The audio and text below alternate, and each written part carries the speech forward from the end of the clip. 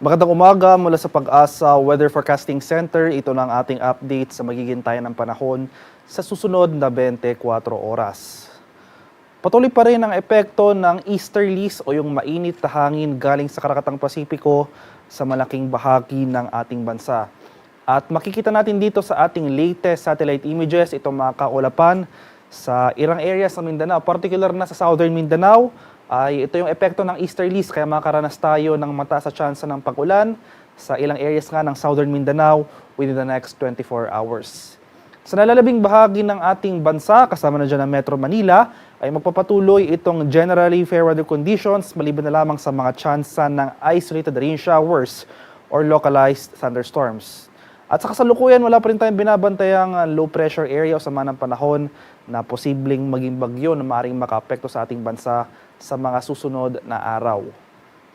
At para naman sa magiging lagay ng ating panahon ngayong araw dito sa Luzon, for the next 24 hours, inasan pa rin natin na magpapatuloy itong mainit at maalinsangang panahon sa malaking bahagi ng Luzon. Kasama na dyan ang Metro Manila. Ngunit pagdala pa rin tayo ng payong dahil inasan pa rin natin itong mga tsansa ng thunderstorms busapit nga ng hapon hanggang sa gabi. Temperature forecast para sa Lawag ngayong araw, posibleng maglaro mula 26 to 33 degrees Celsius. 25 to 37 degrees naman dito sa Tagagaraw at 16 to 26 degrees Celsius sa bahagi ng Baguio City. Temperature forecast sa Metro Manila ngayong araw ay posibleng maglaro mula 24 to 34 degrees Celsius. 22 to 32 degrees naman dito sa Tagaytay at 25 to 32 degrees Celsius sa bahagi ng Legazpi. Sa areas naman ng Palawan, Visayas at Mindanao, itong southern portion ng Mindanao, particular na sa mga regions ng Davao region, pati na rin dito sa buong Soc-Sargen, sa areas rin ng Zamboanga City at sa mga isla ng Basilan, Sulu at Tawi-Tawi, makakaranas tayo ng mataas na tsansa ng kaulapan na may mga kalat-kalat na pag-ulan, pagkulog at pagkidlat na dala ng easterlies ngayong araw. At ngayong madaling araw pa lamang, may mga pag-ulan na tayong naobserbahan sa ilang areas ng Davao Region. Inaasahan natin na later in the day, mas maraming areas ng southern Mindanao makakaranas ng mga kaulapan at mga pag-ulan. Sa nalalabing bahagi ng Mindanao, pati na rin dito sa buong Palawan at buong Visayas, generally fair weather conditions naman ang ating mararanasan ngayong araw. Magdala pa rin tayo ng payong pananggalang yan sa init ng araw ngayong tanghali hanggang sa hapon. At pananggalang rin yan sa ulan na dulot ng thunderstorms pagsapit naman ng late afternoon hanggang sa gabi. Temperature forecast para sa Puerto Princesa ngayong araw, posibleng maglaro mula 26 to 34 degrees Celsius. At 26 to 34 degrees rin dito sa bahagi ng Kalayaan Islands. Temperature forecast para sa Iloilo ngayong araw ay mula 26 to 32 degrees Celsius. 26 to 32 degrees rin dito sa bahagi ng Cebu at Tacloban area. Sa bahagi naman ng Mindanao, sa area ng Cagayan de Oro City, temperature forecast natin 25 to 32 degrees Celsius. 26 to 32 degrees naman dito sa Davao at 25 to 33 degrees Celsius sa bahagi ng Zamboanga.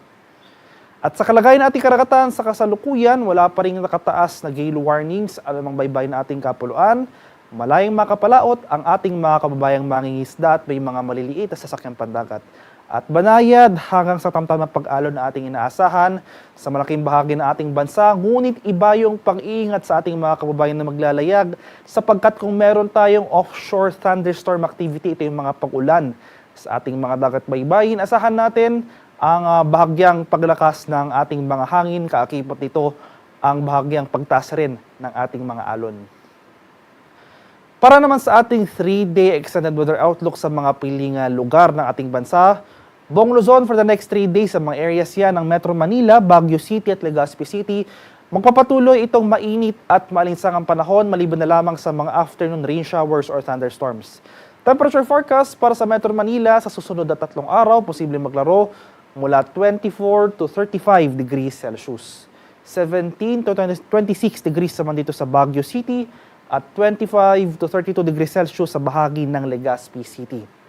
Sa mga area naman dito naman sa areas ng Visayas, sa Metro Cebu, Iloilo City, at pati na rin dito sa Tacloban City, easterlies pa rin o yung hangin na nanggagaling sa Karakatang Pasipiko ang dominant weather system ang makakaapekto sa mga susunod na araw, at least for the next 3 to 5 days. Kaya mainit at malinsangang panahon rin ang ating mararanasan sa mga nabanggit lugar. May tsansa pa rin tayo ng mga pag-ulan na dulot ng thunderstorms masapit nga ng hapon hanggang sa gabi. Temperature forecast para sa Metro Cebu for the next 3 days, posible maglaro mula 25 to 33 degrees Celsius. 26 to 33 degrees rin dito sa bahagi ng Iloilo City at 25 to 33 degrees Celsius sa bahagi ng Tacloban City. Sa mga areas naman ng Mindanao, simula bukas, araw ng linggo ay mababawasan na ang mga pag-ulan na ating mararanasan na dulot ng easterlies, generally improving weather conditions starting tomorrow at magpapatuloy pa yan sa susunod na 3 araw sa mga areas ng Metro Davao, Cagayan de Oro City at Zamboanga City. May tsansa pa rin tayo ng mga localized thunderstorms pagsapit ng hapon hanggang sa gabi at mainit at malinsangang panahon ang ating mararanasan sa susunod na 3 araw. Kaya iba yung pag-ingat na rin sa ating mga kababayan dahil kung maaari, iwasan natin yung outdoor activities sa mga oras ng 12 p.m. to 3 p.m. dahil ito yung time period kung saan naitatala natin ang maximum temperatures. Ito yung pinakamataas na temperatura sa isang araw.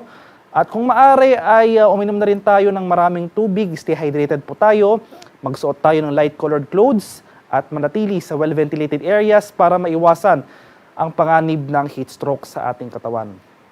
Temperature forecast para sa Metro Davao for the next 3 days, posible maglaro mula 24 to 33 degrees Celsius. 25 to 33 degrees naman dito sa Cagayan de Oro City at 25 to 34 degrees Celsius sa bahagi ng Zamboanga City. Ang haring araw dito sa Kamaynilaan ay sisikat mamayang 5:48 ng umaga at lulubog naman mamaya sa ganap na 6:09 ng hapon. At para sa karagdagang impormasyon tungkol sa ulat panahon, lalong-lalo na sa mga rainfall or thunderstorm advisories na posibleng i-issue ng ating Pag-asa Regional Center sa ating mga lokalidad, ay i-follow kami sa aming social media accounts at DOST_Pag-asa.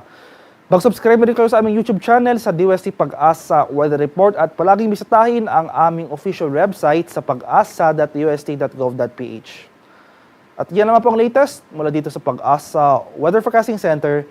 Magandang umaga sa ating lahat. Ako po si Dan Villamil Laguulat.